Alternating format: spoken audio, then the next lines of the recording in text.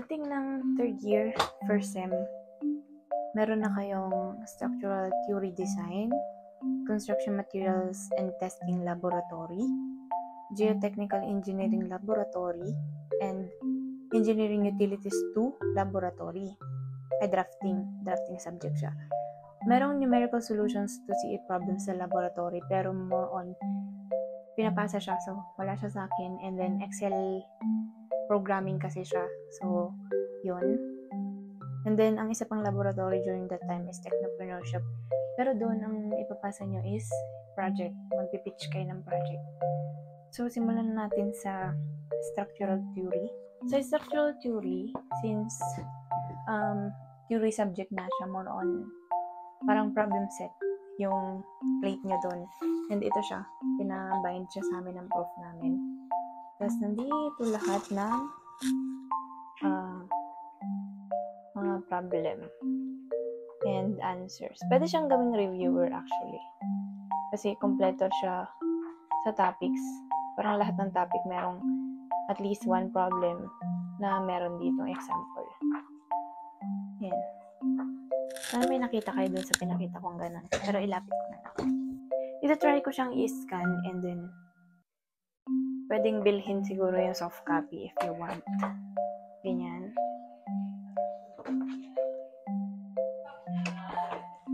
Actually, pwede kayong magkopyahan dito kasi pare-pares yung problem na ibibigay. Pero nasa sayo kung paano mo, kung dadayain mo ba, tapos wala kang matutunan or what. Ganyan.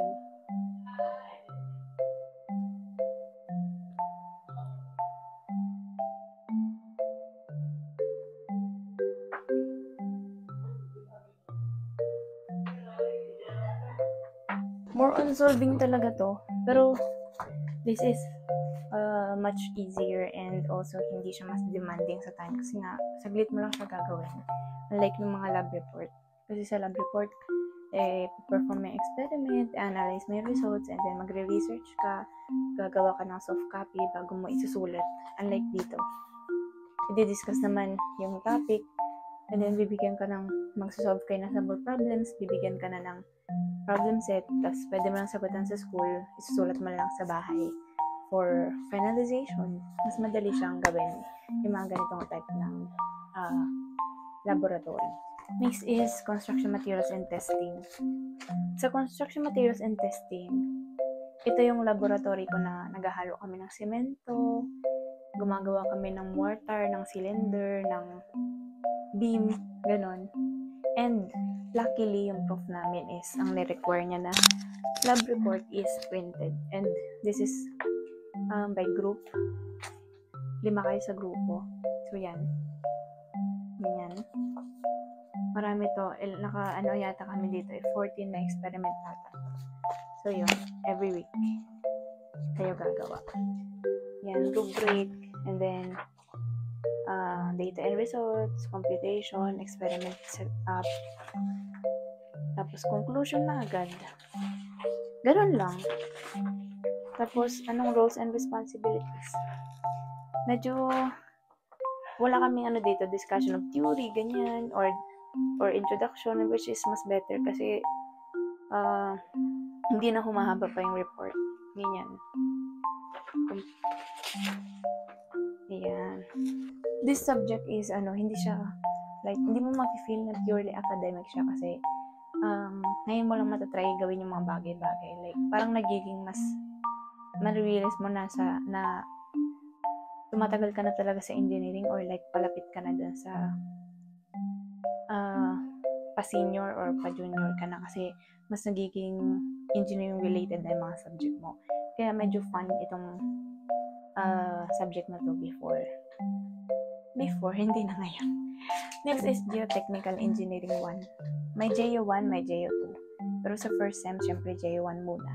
And ang lab report naman namin dito is handwritten ulit. Ayan. Lahat ng lab report ko halos dito ay na-mark na INC or incomplete kasi super strict nung prof namin sa setup or like yung step-by-step process. When I say step-by-step process, dapat naka-drawing siya. Ayan. Papakita ko din sa inyo ng malapitan. INC, INC, INC. Pang ilang ulit nito? Pang ngatlong check ko na yan, na kinumplete ko. Pero INC pa yan. Ayan, INC. Magkuha lang tayo ng isa. Isang maganda. Ayan, first is standard reference. Ganon ulit, discussion of theory. Ito, setup. Ang ginagawa naman sa GTEC is panay lupa naman. Ayan, drawing. Ganon din ginawa ko dito. Nagbakat lang din ulit ako. Gumawa ko ng outline. Para mas maging maganda yung mga setup. Ayan, di ba? Kasi ito na, data and results, computation.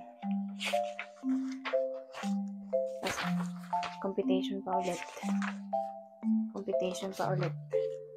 And then, observation, conclusion, references. Dito, sinabi ng prof na gusto niya ang observation at conclusion ay concise, brief and concise. So, minimum of 3 sentences. Okay na yun. Ay, minimum or maximum? Yun. So, mas madali. Kasi, hindi mo na pahabain. Pero kasi usually, conclusion should, talaga, be brief lang.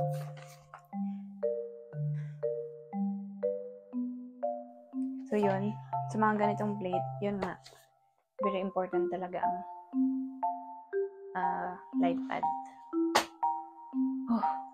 And then, sa engineering utilities 2, engineering utilities 1 is more on electrical, wirings, lighting, and switches. Sa engineering utilities 2, that's more on plumbing, sanitary plumbing, septic tank, water line, sanitary line. And ito naman, sa mga itong subject na to is, babalik tayo sa pagdodrawing sa A3, parang first year.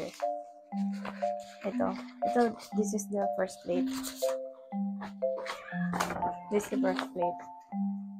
Yan, floor plan. 14 ko lang over 20. Sobrang kuripot ng prof. Charis. Joke lang, sir. Para magawa ko to, para mas madali. Kasi mahirap na gumawa ng plan, ng manual. Kasi prone ka sa error. Once na mali mo ng diretso mo yung guhit mo ng ballpen, mag-uulit ka na. So, ang naisip namin is, ang unang gawin ay gumawa ng bata. Charis. Saan na? Ayan. Gumawa muna kami. Siyempre, di ba marunong ka na mag-AutoCAD? Gawa ka muna sa CAD. Ayan. Gumawa kami sa CAD. Then, print namin na dapat naka-scale siya. Like, sakto. If may tinatawag tayong scale, kunwari 1:10, parang gano'n. Parang sa computer, 1 cm siya.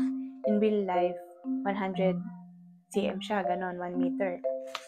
Dapat mag-appear siya na tama. Pag kasi babakatin mo lang ito, so dapat accurate na yung measurement nito. Ganyan. Gumawa kami sa CAD muna. Bago mapunta sa drawing paper. Para less error. And then, sa ganong technique, kailangan mo ulit ng light pad. Plate 2. Tracing paper ang tawag dito. Bali, pinatong namin siya doon sa floor plan. Tapos, magte-trace ka ng water line. This is water line layout. Ayan. Mali yung ginawa ko dito kasi hindi siya walls. Ayan yung water line mo. Parang, you'll have, yan, ganyan. Ang pangit, diba? Okay lang, na 14 ako dito. Kasi yan, may legends lang dyan. Ay, 20 pala ako. Over 30.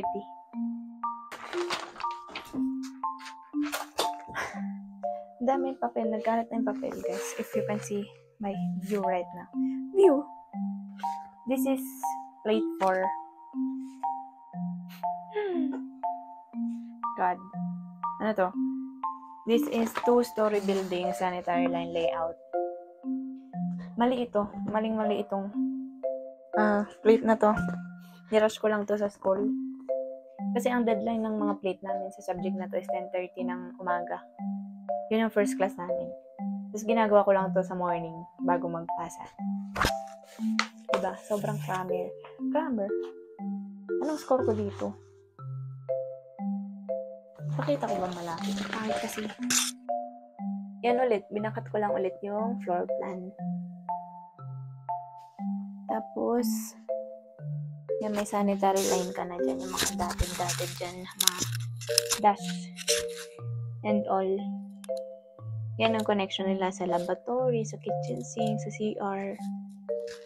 Ganon. Ang subject naman na to, yung mga laboratory subject, meron siyang katumbas. Meron siyang kasamang lecture subject. So, doon, sa lecture, of course, ituturo.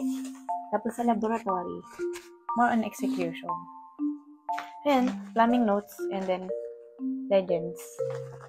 Ang score ko dito ay 19. Okay, fine. 19/30. Diba okay lang yung mga ganito na? Hindi kayo masyadong magaling. Basta ang mahalaga, umasa. Kasi sa totoong buhay naman, may CAD naman. Hindi naman ganito na mano-mano. Yun yung first na pinakita ko is yung final. Ito yung parang first output. Tapos pina-check namin kay sir. Ayan, ang dami niyang comment kinayamin.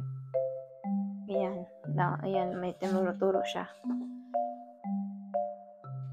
So, medyo walang kwenta itong ginawa ko na to. Kasi, akala namin, deadline na. So, minadali ko to. Tapos, checkan niya lang pala. Tapos, ayan, inulit lang din para magkaroon ng final na ipapasa. Sobrang saya. Ito, maganda ito. This is perfect. Mababa pala yung score ko talaga. Pero ang ganda nito. Ito naman is isometric view ng sanitary at water line. So, parang magmumukha silang naka-install na pipes kasi nakatayo na sila. 19 lang ang score ko. Sobrang baba. Tapos yan, plumbing notes. Bakit blur? Ayan. Ayan. Siyempre, para magawa ko ulit to, gagawa ka ulit sa AutoCAD. Ito yung ginawa ko sa AutoCAD na sanitary. Ayan. Ito yung ginawa ko sa waterline. Ayan. Ganyan. Siyempre, pagpapatungin mo yun, ganito yung tsura niya dapat. Nahirapan ako kasi hindi nag-autofocus yung camera kasi cellphone lang na may gamit ko. And then lastly is septic tank na plan. Meron ditong septic vault cover, plan ng septic vault, top view niya, and then longitudinal section ng septic tank. Uy, 28/30. Taas. Tapos, longitudinal section is ganito. Yan. Para ulit less ang error, anong gagawin? Gagawa ng sa AutoCAD ulit. Ayan, gagawa ka sa AutoCAD. Gagawa ka sa AutoCAD ng ganyan. Isang beses lang kami nag-exam ata. Ayan, binigyan lang kami ng may objective part. Meron ding ganito. Binigyan lang kami ng floor plan. Tapos, gagawa kami ng septic tank. Tapos, gagawa kami ng water line and sanitary line layout. Ito, isang plate namin din doon. Pero, mga fittings. When you say fittings, ito yung mga pang-connect ng mga tubo. May elbow, T, coupling, yung mga common. End cap, female adapter, socket, yun. Yan. Siyempre, gumawa lang ulit ako ng outline yan para ganyan siya perfect. Ayan. 30 ata na drawings to. And ang points lang is 10 points. So, and then, for the last batch, kasi mag-4th year pa lang ako, So, ang last na mapapakita ko sa inyo is third year, second sem. Sa third year, second sem, ang mga kailangan ng plates, merong plates pala, is steel design, reinforced pre-stressed concrete, geotechnical 2, and then, yung quantitative surveying din, hindi rin binalik yung mga papers. And then lastly is building system design. Building system design. Yung building system design, yun is drafting ulit. So yan, kunin natin dito yung mga papel. First is steel design. Yung steel design, since design subject siya, hindi siya laboratory na may experiment. Ang mangyayari is, more on, magde-design kayo ng ilang bolts dun sa mga steel structure kasi depende sa kung gaano kabigat yung load na bubuhatin niya, yung arrangement ng bolts, yung mga plates, kung anong type ng mga angle yung gagamitin, ganun yung steel design. And kailangan, after mo ma-design, itetest mo if mag-fail ba siya o hindi. So, ganun lang umiikot ang steel design. Ito rin ay handwritten. Dito is, sa steel, gagamitin mo yung principle na natutunan mo sa statics and also sa mechanics of deformable bodies. So, very important yung knowledge na meron ka sa mga subjects na yun. Ito, parang yan, mayroon tayo dito, ganyan. Tapos, isa-solve niyo yung load. Tapos, hahanap kayo ng section na tingin nyo is adequate. Tapos, parang ipoprove nyo lang na sa gross section yielding is okay siya, sa tensile structure okay siya. Magta-try lang kayo ng iba't ibang section. Kasi yung iba't ibang section, pwede siyang hindi, lahat is hindi mag-fail. So, okay. Pero pili ka ng pinakamagaan o yung pinaka-economical. Since, yun naman ang silbi ng engineering. Dapat, yung structural integrity is hindi ma-compromise. Pero at the same time, ang gamit mo is mura and cost-efficient. Next is RC. This is the most stressful design subject ever in terms of paano yung gagawin. Kasi hindi talaga nagbibigay ng instruction yung prof namin. Like, kung ano lang yung nasa instruction sa paper, bahala ka na kung paano mo siya maintindihan. So, most of the time, kami lang magtutulungan ng mga classmates ko. Ito naman is, ang reinforced pre-stressed concrete naman. Ang design na ginagawa namin is, ilang sa beam and column, ilang rebar gagamitin, anong diameter, paano yung arrangement, ilang stirrups, lateral ties, mga ganon, more on ganon.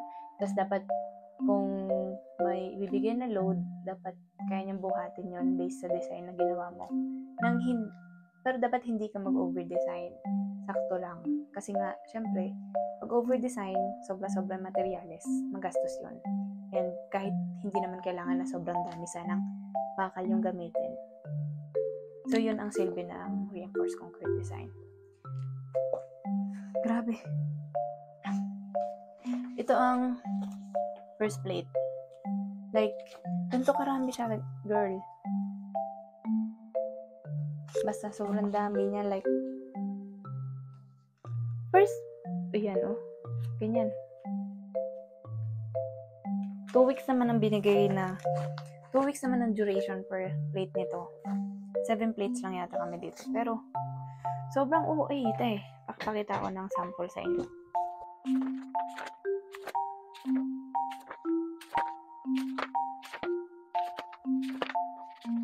Ayaw ko na ipakita lahat kasi mauumay lang kayo sa sobrang dami.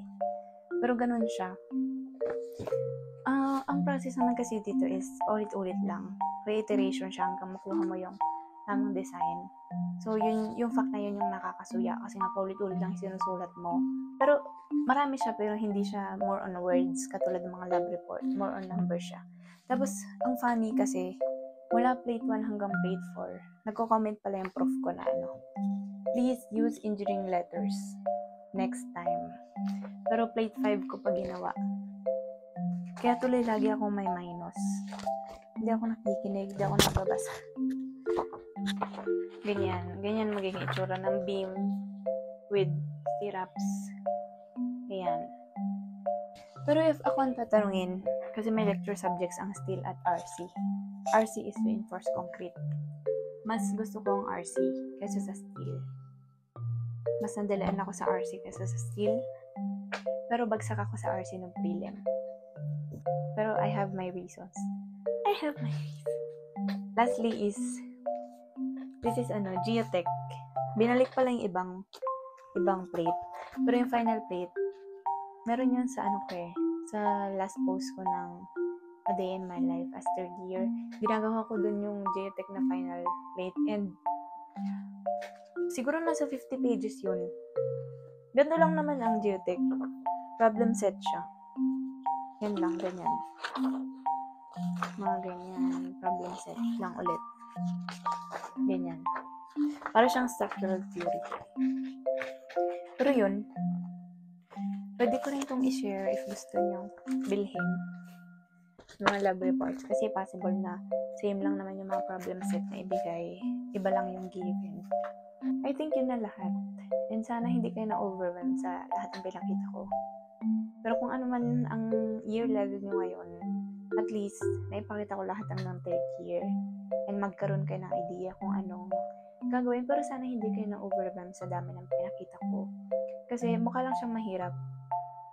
Though mahirap siya, pero marami naman kayong time para gawin. It's just that ngayon nagkasabay-sabay pinakita lahat. So, para siyang, ang dami. Parang ganon. Pero yun, kaya naman siya kasi mostly naman dito is groupings. Pero yun nga, yung lab report lang yung individual. Especially sa mga first year. No, sana huwag kayo matakot. Ang problemahin nyo lang is yung pinakita ko ng first year, first sem. Kasi yun parang naman yung kailangan nyo. And sana, paniwalaan nyo na yung sarili nyo na kaya nyo yung mga ganitong subjects. Kasi hindi naman kailangan na magaling mag-drawing. Like me. Diba? Yung mga score ko, pasang awa lang. Pero, pasado naman. So, that's okay na. This video proves na hindi kailangan ng magaling mag-drawing. Hindi kailangan ng fancy drawing materials. Kailangan lang is tiyaga and sipag at diskarte. So, that's all. Thank you guys for watching. Good luck sa inyong studies.